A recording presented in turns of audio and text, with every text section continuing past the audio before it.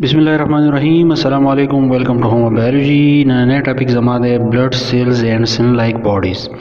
یعنی هغه خلیې چې د کومه خلیونه وینه جوړه ده نو دغه د چې مونږه بلډ سیلز وایو یا ته مونږه دا وایو چې دا د سیل په شان باډیز دي یعنی کم باډیز چې زموږ سره بلډ جوړي نو مونږه وایو دا سیل لایک باډیز دي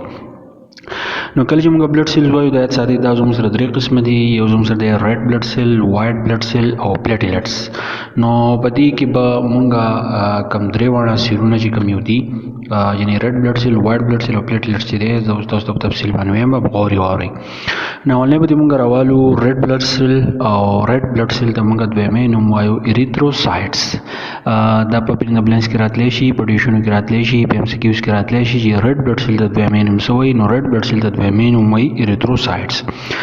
نیومرس اف آل بلډ سیلز سونه بلډ سیل چې دي نو باقي د ټول نه کم ډیر تعداد باندې چې موجود دي نو هغه ریډ بلډ سیلز دي او ریډ کلر از ډیو ټو ریډ پیګمنٹ اف هیموګلوبین بل کومه د وینې ته وګورو د وینې د رنګ چې د سوري نو د سورواله څه د وجنې په دې ریډ بلډ سیل کې یو پروتین چې هغه ته ویل کېږي هیموګلوبین او هغه هیموګلوبین دا چل کوي چې د ریډ بلډ سیل لپاره یعنی د وینې لپاره د سور رنګ چې دا پیدا کوي نو cubic millimeter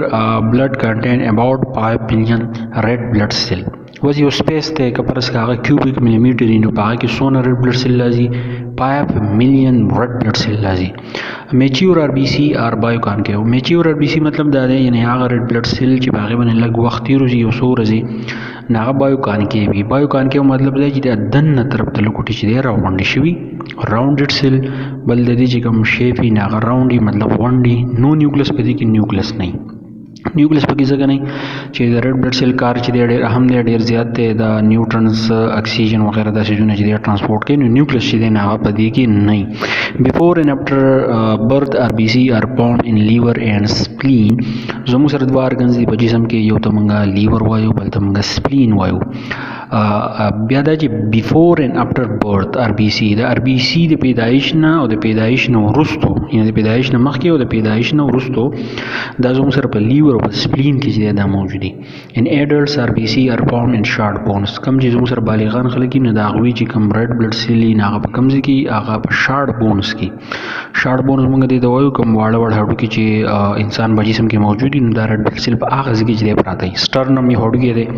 زموږ د کوم سینې چې دا د سینې طرف ته چې کوم چجي دي هډو کې ټاټې شي وي دغه موږ سټرنم وایو ریبس چجي چې دي په دې کې پیدا کیږي د ریډ بلډ سیل and whatever او کوم سپاینل کارډ کوم هډو کې چې دی نو دا ریډ بلډ سیل چې دی د باغ کې پیدا کیږي life is about 120 days کله چې ریډ بلډ سیل پیدا شي نو د دې ټایم سونه دی د دې ټایم چې 120 ورځې دي 120 ورځې بعد د ریډ بلډ سیل چې دی د مړ کیږي او ډیډ سیلز is then removed by the spleen and liver او کله چې دا سیلونه زموږ سره مړ شي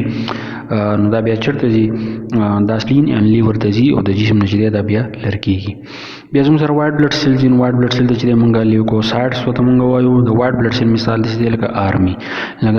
چې زموږ د ملک حفاظت کوي د قشن د وایټ بلډ سیل چې دي د زموږ د جسم حفاظت کوي د بیکټیریا نه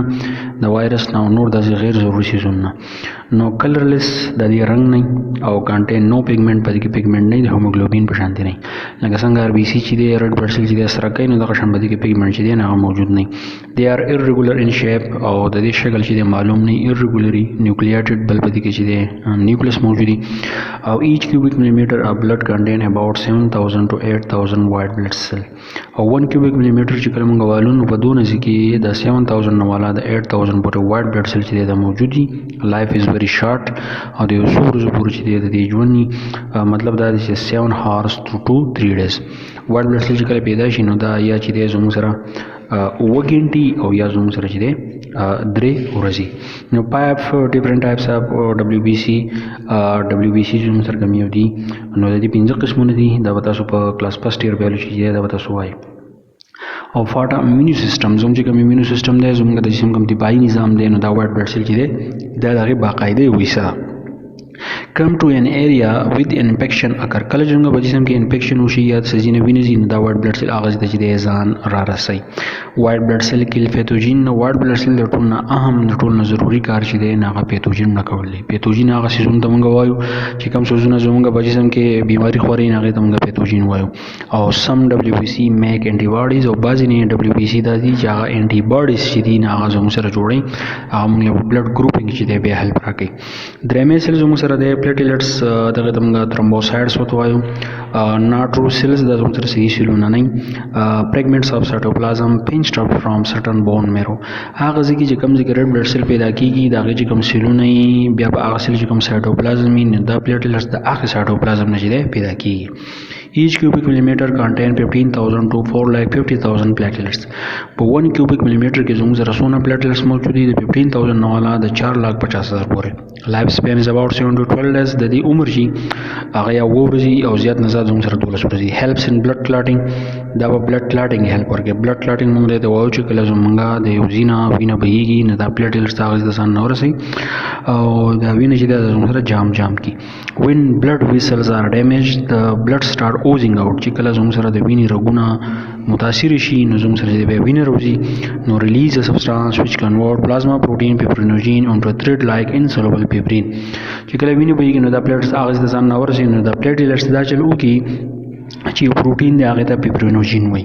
نو دا پلیټلیټس دا چلو کې چې دغه پیپرینوجین چې دی دا بل یو سیس ته بدل کی چې هغه ته انسولبل پیپرین وایي. نو دا thread makes a mesh in which platelets and other blood cells are entangled to make a clot and stop the blood from worm. نو دا پیپرین دا چل کوي چې دا یو جال شانتي جوړ کی په دې وینه کې نو په دغه جال کې چې بیا زموږ سره کوم بلډ سیل یا زموږ سره په خپل دا پلیټلیټ سي نو دا بیا نشي پاس کېده. لکه د دې مثال دا چې لکه موږ چې جال سینده غوړ کو پاکي مهیر ونیسو نو دا پیپرین دا چل وکي چې دغه شانتي یو جال جوړ کی او په دې کې دا بلډ سیل شو یا نور دا سیزونه شو په بلډ کې چې کوم موجودي ناغه بیا نشي وته دا بلډ چې کلاټ شي وینه چې دی نه هغه ودرېږي. نو دا و بلډ سیلز یا بلډ سیل لایک باډیز امید کوم نه تاسو پوه شوي که بیا به کوم څه مسلې ماته ضرور وایي په دې وجه ورپسې لیکچر چې انشاءالله بیا میلاو شو. تھینک یو ډېر مننه.